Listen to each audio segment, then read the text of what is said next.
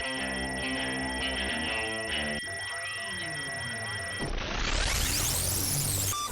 everybody, welcome to Comic Book You Club. cocksucker. I'm Justin.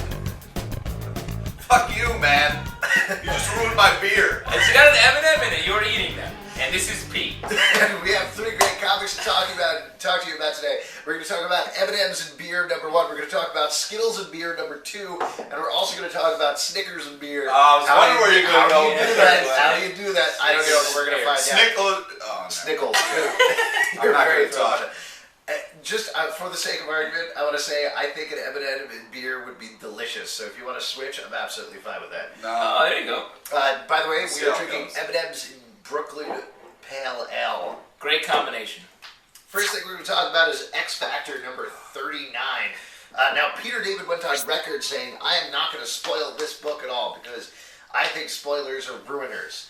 And he invented a new term, and he does the same thing in the title page here. He goes in a big thing like, please don't blog about this. But So, no, here it we has go. been, but it has been out for a while, so it is. We are, Yes. giving him the rights and not trying to. This spoil isn't it. a ruiner. But we are going to talk about it, so if you don't want to hear about it, you should pick this up. It's crazy. This is a great issue. This is X Yeah. Factor back on track. He has promised. He said that it was off track for a while, and with this issue, is going to get it back on track. There is a shocking, horrifying thing that happens at the end. Do we want to talk about it?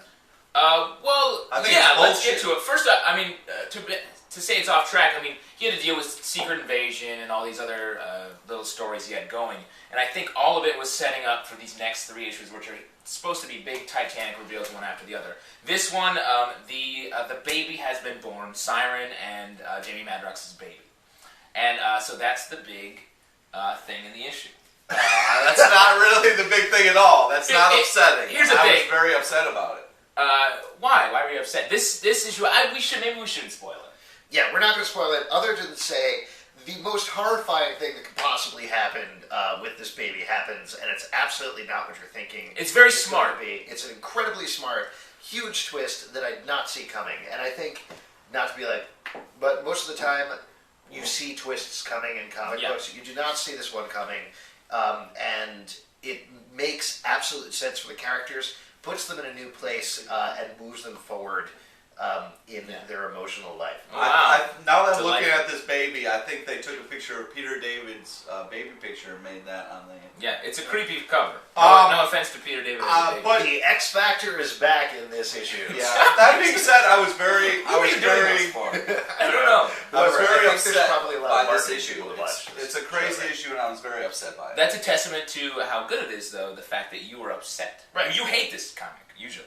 Well, I don't hate it. I just don't think it's as great. But I think Peter's doing. But you were emotionally involved in it. That's why you were Yeah, upset. exactly. But And as I've said several times, you have the next issue, if it doesn't go where I want it to go, you're going to wreck shit. It's not going to go where you The want fact it. that a comic book can go through your leathery Mickey Rourkean skin is amazing. As I've always said. Thank you. As Thank I've you. always That's said, the nicest thing you've ever said. Pete, you are a broken down piece of meat. I'm seeing that movie You are a tonight. broken down piece of It's fantastic. Wrestling. Pick this up, it's great.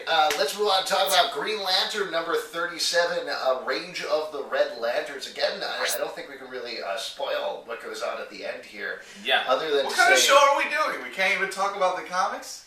We can Hal talk. Jordan gets chopped in half. Yeah. He Hey-o! gets chopped in half and the Green Lanterns are done. This is the last issue, I can't believe it. Surprise. Yes. When we can't say spoilers, we'll just make them up.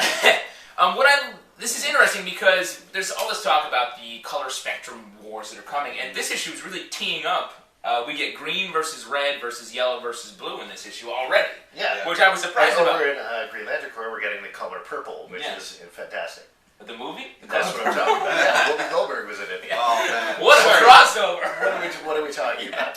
What are we talking about? We're talking about our love for Whoopi Goldberg as an actor. Yeah, man, I love that movie with her and Ted Danson. What's I it was called? just watching Ghost today. Man, what the special effects. Oh, come on. Come on. The way the So- can goes through the So mouth. anyways, this is... I'm doing the thing with the penny. In case you got tell. Nice. I feel like this comic here, it does a good job of setting up the final battle at the end. You they kind of hint to what may happen, and you're like, because everybody's saying, we get Hal Jordan, the blue team, the red team. So it's very interesting to see like this whole fight of what's Hal gonna do. How's he gonna? He's like the last kid on the kickball patch. And Yeah, it's like He's like the star player. Everybody's like, hey, why don't you come play for our team? Yeah, but like everyone wants. Yeah, it's as if everyone wants the last kid though, because he's like on his own. He's so able to be. He can go anywhere basically. I'm okay with where this is going. This isn't really getting me in the same way that the Sinestro Corps War did, or previous arcs on Green Lantern did. It feels like a little too much, and it is prelude to Blackest Night, which is going to be the big thing. It's a lot. There's a lot happening. Yeah, it feels like it's coasting a little bit. See, I don't think it's coasting. I just think it's hard to keep all this stuff front and center. You know, there's so much going on. They're introducing so many ideas. Like Blue Lantern. Yeah, that's the thing. Here's their powers. Here's their little rhyme. And yeah, everybody's got their own philosophy of what's going to happen, and it's just you don't get a chance to soak it in because then the next big thing. You liked it, Pete, right? Which is surprising. Well, I would. I wanted to talk about it because I found it very interesting the fact that, like, at least in the last issue, the blue team seemed very like, hey, whatever, we're laid back hippies, we don't really fight, we kind of show up and wait for things to die down and take advantage. This, at least, they were getting involved a little bit more, and they didn't seem like the crappy core to join. This is literally the first issue of Green Lantern ever you have said, hey, let's talk about it. Yeah, you hate. So something is going on with Were you tricked by the title? If you can't see. Yeah, that's why I was like, oh, great, it's not Green Lantern. No. But, yeah, I definitely thought it was interesting and worth talking about. Yeah, no, we can't. Gotta love that blood vomit. Yeah. Oh, I actually do like it. Yeah, definitely pick it up. Are you kidding the me? blood vomit? If yes. this is my superpower, I'm gonna barf on you. No, they cast out all of their blood, thus killing themselves, and are then filled with red rage light. Meaning, if once their ring comes off, they die. Puke on you. Yeah, but it's the idea behind it is interesting. No. Let's move on and talk about Uncanny X-Men Annual number 2, filling in a little bit of the backstory of why Emma Frost was in the Dark Reign special in that room with all the other villains. What'd you guys think about this? I thought it was very crappy because really, well, it's just she's a cold-hearted bitch. We knew that from the beginning. You don't know that. You think that. Like if you read no, the she story. is. Scott, who is supposed to be her boyfriend, her lover, has to block shit out of his mind from her because she's cold-hearted bitch. And this is a whole annual about how she's a cold-hearted bitch and been screwing guys over since she was like 12. Wow, you have women issues. The Uncanny X-Men. This is one of those issues. Yeah, indeed. I like this. I like Matt Fraction's kind of putting a little Namor White Queen connection into the Marvel Universe, which I don't think really existed before. And I don't know, it's a nice issue. I like the twists and turns. It reads like an adventure comic from like the 50s. Yeah, it's very enjoyable.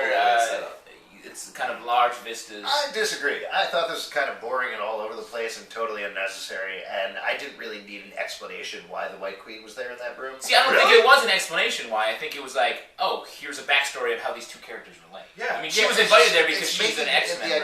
The whole idea of this is to bring her back to being a little more villainous, a little more duplicitous, rather than the heroic character that she's been for the past couple of years. I don't know. I just don't feel I feel it's an unnecessary issue to pick up. I don't think it's badly done necessarily, but I just don't think you need it. No, I definitely disagree. I really feel that you do need it, because why is she in the room? What is her deal, and why is she such a heartless woman? Yeah, you really don't like... Did you date the White Queen for any more time? You know what? She was supposed to go to the prom with me. No, that sucks. Good choice, though. Am I right? Look at the outfit on that. Please whisper to if she's still wearing, I'm talking to you, pick it up for the outfits. Yeah, don't pick it up and save your money for something else. If you have a question, you could write us at... It was a good issue. You can write us at the Comic Book Club. The Comic Book Club at Yahoo.com. Now you know how I feel. You can upload your video responses. Comment below, and if you're ever in New York, you should come visit us. We do a show at the People's Improv Theater, 8 p.m. Cool. That's true, man. Do you guys know that yet? Should we keep saying that? I don't know. Comment below and let us know. Are you ever in New York? Just let us know when you're coming to New York, and we'll provide. Who are you looking at? Huh? The cameraman. Man. What's up, man? What are we do? We gonna go get a drink after this? Yeah, we'll go get a drink after this. Oh man, back in Mother Russia, I bet you drink a lot of drinks. We only drink borscht. Borscht, that's a soup made of pureed beans.